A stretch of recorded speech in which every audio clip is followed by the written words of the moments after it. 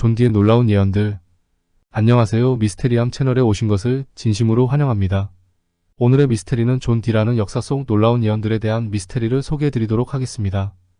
여러분 혹시 역사 속에서도 신비롭고 놀라운 인물들이 많은데요. 그 중에서도 존 D라는 예언가를 아시나요? 엘리자베스 1세 시대의 천재 수학자이자 철학자, 그리고 점성술사로 그의 예언들은 오늘날까지도 많은 사람들을 놀라게 하고 있다고 합니다.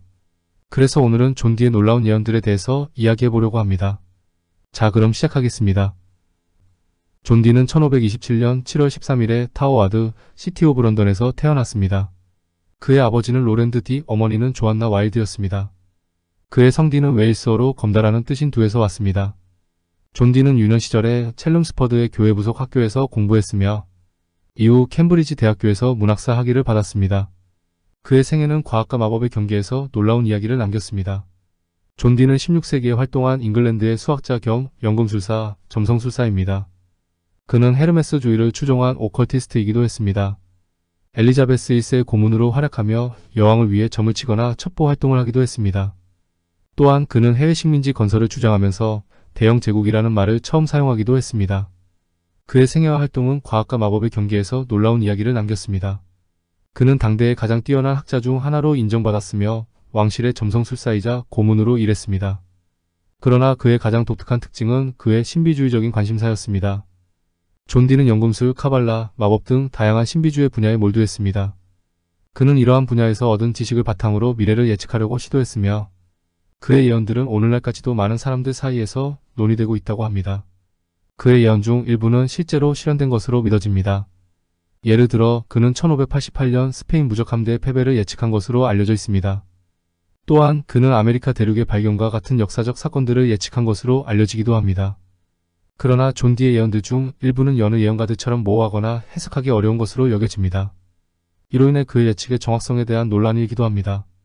그럼에도 불구하고 그의 예언들은 여전히 많은 사람들에게 흥미로운 연구 주제로 남아 있습니다. 존 D의 예언 경력은 1582년경부터 시작되었습니다. 당시 그는 유럽 여행 중이었는데 이탈리아에서 한 신비주의 서적을 우연히 발견하게 되었습니다. 이 책은 그에게 큰 영감을 주었고 이후 그는 자신만의 예언 방법을 개발하게 되었습니다. 그의 주요 예언 도구는 점성술이었습니다. 그는 천체의 움직임을 연구하고 이를 바탕으로 미래를 예측하려고 시도했습니다. 이외에도 타로 카드, 룬 문자, 연금술 등 다양한 신비주의 기법을 사용하기도 했습니다. 존 D는 자신의 예언을 기록하기 위해 암호화된 시스템을 개발했습니다. 이 시스템은 이너키언이라고 불리며 그의 예언집인 더 북 오브 이넉에 사용되었습니다. 이 책은 현재까지도 많은 연구자들 사이에서 논쟁의 대상이 되고 있습니다.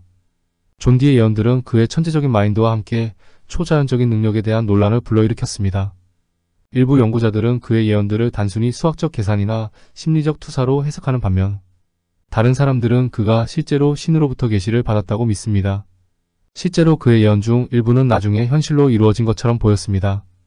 예를 들어 그는 엘리자베스 1세 여왕의 죽음을 정확하게 예측했고 영국 내전과 같은 역사적 사건들도 미리 언급한 것으로 알려져 있습니다. 이러한 사실들은 그의 예언적 능력에 대한 믿음을 더욱 강화시켰습니다. 하지만 동시에 그의 예언들 중 일부는 완전히 빗나간 것으로 밝혀지기도 했습니다. 이로 인해 그의 신뢰성에 대한 의문이 제기되기도 했으며 그의 예언 방식에 대한 비판도 있었습니다. 존 D의 예언들은 역사적 사건들과 밀접한 관련이 있습니다. 그의 예언 중 일부는 실제로 일어난 사건들과 일치하거나 유사한 것으로 나타났습니다. 예를 들어 그는 엘리자베스 1세 여왕의 죽음을 정확하게 예측했습니다. 1583년에 그는 여왕이 1590년대에 사망할 것이라고 예언했는데 실제로 여왕은 1603년에 사망했습니다. 또 다른 예로는 1588년에 스페인 무적함대가 영국을 침공할 것이라는 예언인데 이 역시 현실로 이루어졌습니다. 또한 17세기의 잉글랜드, 스코틀랜드, 아일랜드 간의 정치적 갈등과 국내 충돌을 다루는 중요한 사건이었습니다. 이 전쟁은 잉글랜드의 정치적 구조와 국가의 군주와 의회 간의 갈등을 중심으로 발생한 사례입니다. 내전은 3번의 주요 단계로 나눌 수 있습니다. 1. 첫 번째 내전 1642년, 1646년 찰스 1세의 지지자들과 의회파 간의 내전이었습니다. 2.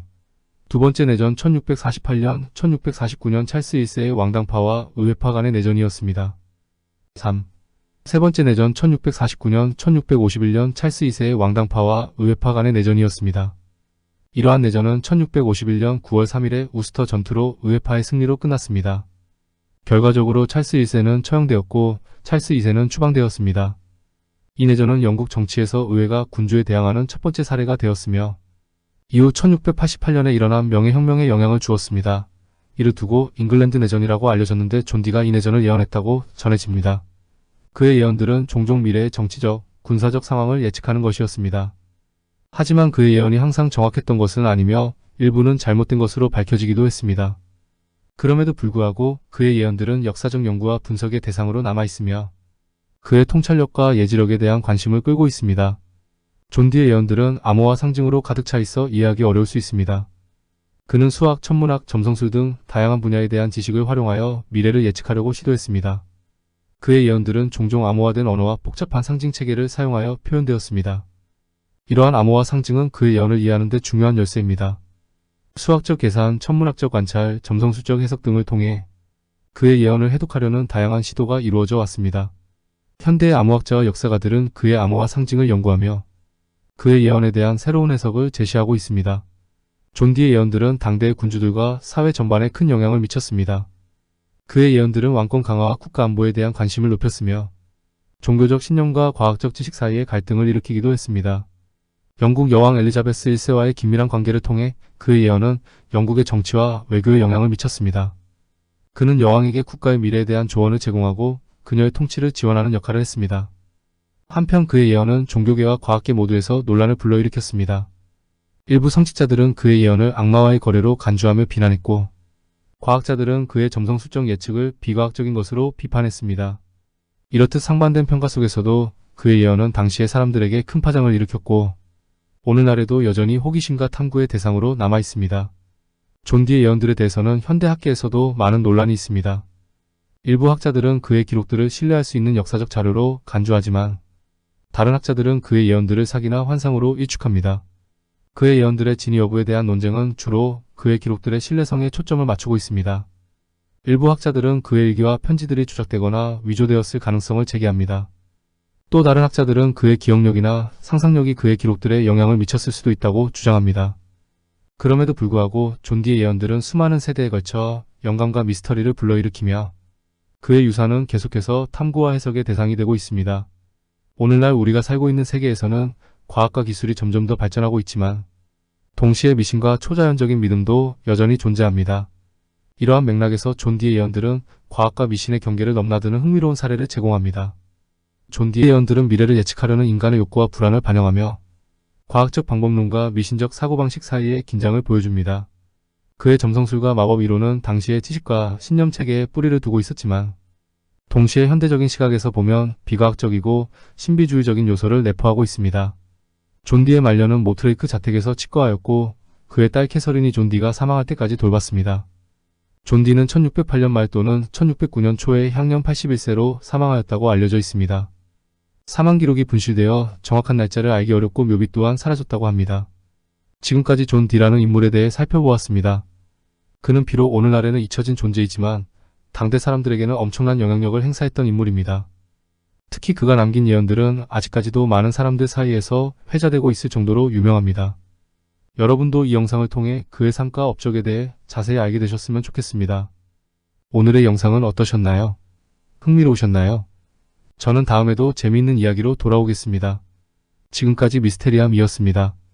감사합니다.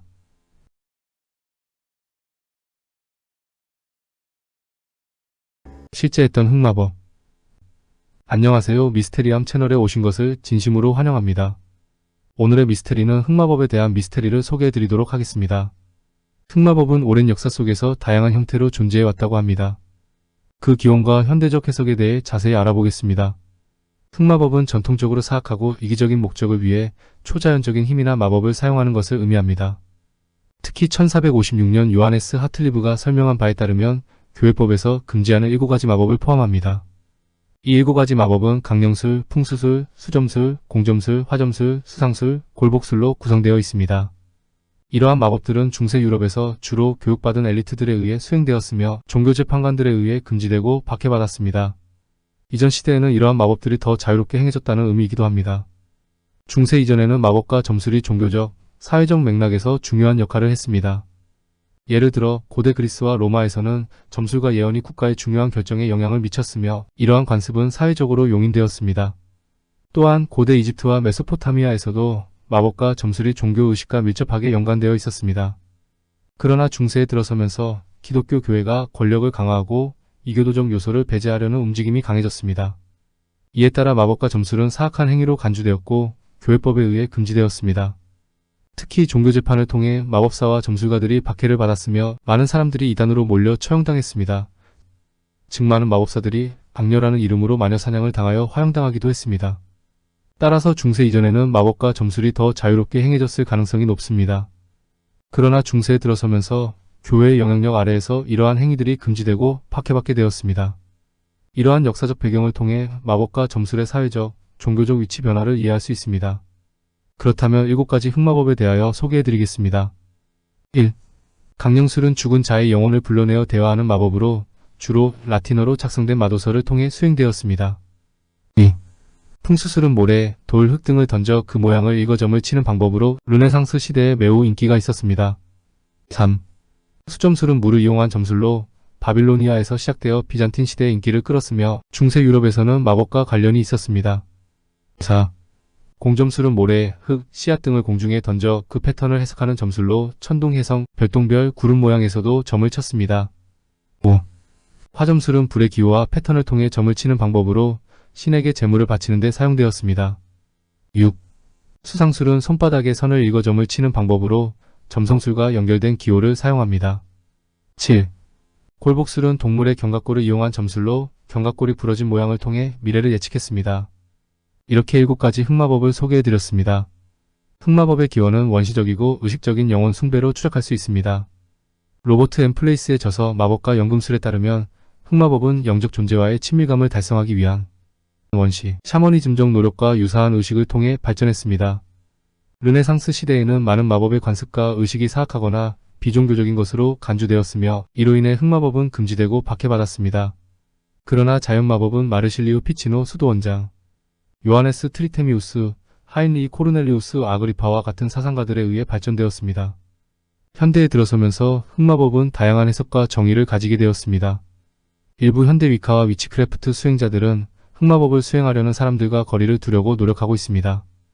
현대적 맥락에서 흑마법과 백마법의 경계는 다소 명확하며 대부분의 현대적 정의는 연습보다는 의도에 중점을 둡니다. 예를 들어 흑마법은 사악한 의도를 가진 마법으로 정의되며 백마법은 선한 의도를 가진 마법으로 정의됩니다. 이제 흑마법의 현대적 해석에 대해 알아보겠습니다. 현대 사회에서는 흑마법이 주로 대중문화와 미디어를 통해 알려져 있습니다. 영화, 소설, 게임 등에서 흑마법은 종종 악당이나 사악한 존재와 연관되어 등장합니다. 이러한 대중문화 속 흑마법은 실제 역사적 배경과는 다소 차이가 있을 수 있습니다. 그러나 흑마법에 대한 관심은 여전히 높으며 많은 사람들이 흑마법의 역사와 현대적 해석에 대해 궁금해하고 있습니다. 흑마법에 대한 현대적 해석 중 하나는 심리학적 관점에서의 접근입니다. 일부 심리학자들은 흑마법을 인간의 무의식적 욕망과 두려움을 반영하는 것으로 해석합니다. 예를 들어 흑마법의 의식과 의뢰는 인간의 내면 깊숙한 곳에 숨겨진 욕망과 두려움을 표출하는 수단으로 볼 수 있습니다. 이러한 관점에서 흑마법은 인간의 심리적 상태를 이해하는 데 중요한 단서를 제공할 수 있습니다. 또한 흑마법은 사회적, 문화적 맥락에서도 해석될 수 있습니다. 흑마법은 종종 사회적 규범과 도덕적 가치에 반하는 행위로 간주되며 이를 통해 사회적 통제와 권력 구조를 이해할 수 있습니다. 예를 들어 중세 유럽에서 흑마법은 교회와 국가의 권위에 도전하는 행위로 간주되었으며 이를 통해 당시의 사회적, 정치적 상황을 이해할 수 있습니다. 마지막으로 흑마법은 종교적 관점에서도 해석될 수 있습니다. 흑마법은 종종 악마 숭배와 연관되어 있으며 이를 통해 종교적 신념과 가치관을 이해할 수 있습니다. 예를 들어 기독교에서는 흑마법을 사탄과 연관된 사악한 행위로 간주하며 이를 통해 기독교의 종교적 신념과 가치관을 이해할 수 있습니다. 그렇다면 이쯤에서 중세 유럽에서 행해졌던 흑마법의 실제 사례를 살펴보겠습니다. 중세 유럽에서는 흑마법이 매우 두려운 존재로 여겨졌으며 많은 사람들이 흑마법을 사용하여 자신의 목적을 이루려 했습니다. 그중 하나의 사례는 15세기 프랑스에서 일어난 사건입니다. 프랑스의 한 귀족은 자신의 적을 제거하기 위해 흑마법을 사용했습니다. 그는 강령술을 통해 죽은 자의 영혼을 불러내어 적을 저주하였고 실제로 그의 적은 얼마 지나지 않아 원인 모를 병으로 사망했습니다. 이 사건은 당시 사람들에게 큰 충격을 주었으며 흑마법의 강력함을 다시 한번 상기시켰습니다. 또 다른 사례는 17세기 영국에서 일어난 사건입니다. 영국의 한 마법사는 자신의 연인을 되찾기 위해 흑마법을 사용했습니다. 그는 복잡한 의식을 통해 연인의 영혼을 불러내어 그녀를 다시 살아나게 했습니다. 이 사건은 당시 사람들에게 큰 논란을 일으켰으며 많은 사람들이 흑마법의 위험성과 그 강력한 힘에 대해 경각심을 가지게 되었습니다. 이 마법사는 결국 종교재판에 회부되어 처형되었지만 그의 흑마법은 오랫동안 사람들의 기억 속에 남아 있었습니다. 그렇다면 살아났다는 그 여인은 어떤 모습으로 세상에 존재했던 것일까요? 여기에는 두 가지 시선으로 본다고 합니다. 1. 영혼 없는 좀비. 많은 전설과 이야기에서는 흑마법으로 되살아난 사람들이 영혼 없이 단순히 움직이는 존재로 묘사됩니다. 이들은 본래의 기억이나 감정을 가지지 못하고 단순히 마법사의 명령에 따라 움직이는 좀비와 같은 존재로 그려집니다. 2. 완전한 부활.